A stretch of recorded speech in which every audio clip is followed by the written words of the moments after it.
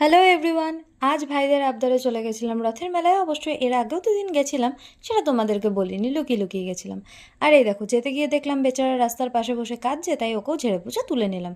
কিন্তু বলেছিলাম নিয়ে যাচ্ছি যখন তোকে কিছু খাওয়াতে হবে, তাই বলেছিল জামা বিক্রি করে হলেও আজ তোদেরকে কিছু খাওয়াবো।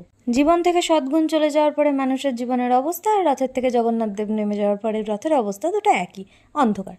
যাই হোক, রথ দেখে তারপরে চললাম মেলার ভেতরের দিকে। আর সবার প্রথমে যেটা খেতে হলো সেটা বিশ্ববিখ্যাত ঠেলা।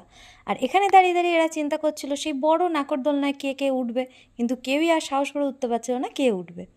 হাঁটতে হাঁটতে আরও ভেতরে গিয়ে দেখলাম এখানে কিছু মানুষ ওপরে ঝুলছে আর এদিকে কিছু মানুষ গোল গোল করে ঘুরছে, কিন্তু তাতে আমাদের কিছু যায় আসে না, তাই আমরা এগিয়ে চললাম। আর এখানে এই যে এত কাদাগুলো দেখছো, এই কাদা যতটা আছে এর মনও ঠিক ততটাই কাদা আছে। তাই আমরা এই কাদা আর ওর মন দুটোকে ইগনোর করে এগিয়ে চললাম মেলার ভেতরের দিকে। কিন্তু সেটা পরে হবে, তার আগে দেখে নিলাম যোগুদাদাকে। ওই দেখো, দেখতে পাচ্ছ ছোট্ট যোগুদাদা। আর এই হলো ঋষি বঙ্কিমচন্দ্র চট্টোপাধ্যায়ের বাড়ি। আর এখানে ছিল অনেক মাটির পুতুল, কিন্তু সেগুলো আমরা কোনোটাই কিনিনি। তাই এগুলোকে ছেড়ে রেখে এবার এগিয়ে গেলাম জিলাপির দিকে। এখান থেকে কিছুটা জিলাপি কিনে নিয়ে এগিয়ে চললাম পাঁপড় ভাজার দিকে। আর এখানে ওর থেকে টাকা ধার করে নিয়ে আমি পাঁপড় ভাজা খেলাম, কিন্তু এদেরকে দিইনি। বললাম আগের দিন তোরা খেয়েছিস, তাই তোদের আজকে খেতে হবে না, আজকে আমিই খাই। তাই ওদেরকে না দিয়ে আমি খেতে লাগলাম পাঁপড় ভাজা।